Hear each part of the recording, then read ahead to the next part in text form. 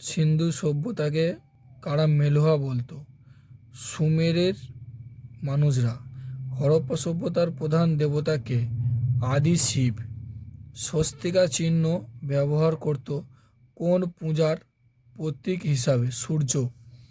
ভারতের প্রাচীনতম গ্রন্থ কোনটি? ঋগ্বেদ। আর্যরা প্রথম কবে ভারতে আসে?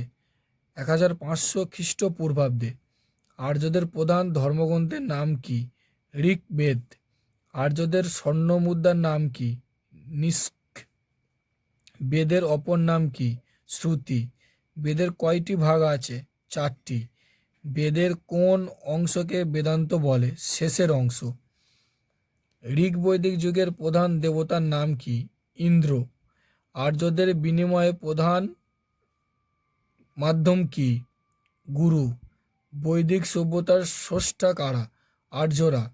বৈদিক যুগে একজন বিদুষী নারীর নাম লেখো। লোপামুদ্রা। বৈদিক যুগে আর্যদের প্রধান ভাষা কি ছিল? সংস্কৃত। 10,000 যুদ্ধ কাহিনী কোথায় লিপিবদ্ধ আছে? ঋগ্বেদ এ। আর্যর ভারতে কোথায় প্রথম বসতি স্থাপন করে? সপ্ত সিন্ধু অঞ্চলে। বেদাঙ্গের সংখ্যা কয়টি? 6টি। ঋগ বৈদিক সমাজে গুরুত্বপূর্ণ স্থান অধিকার করে রয়েছে গরু। চতুরাশ্রম প্রথা কাদের জীবনের অঙ্গ? আর্যদের। ঋগ বৈদিক যুগের প্রথম দিকে আর্যদের অর্থনীতির ভিত্তি কী ছিল? পশুপালন।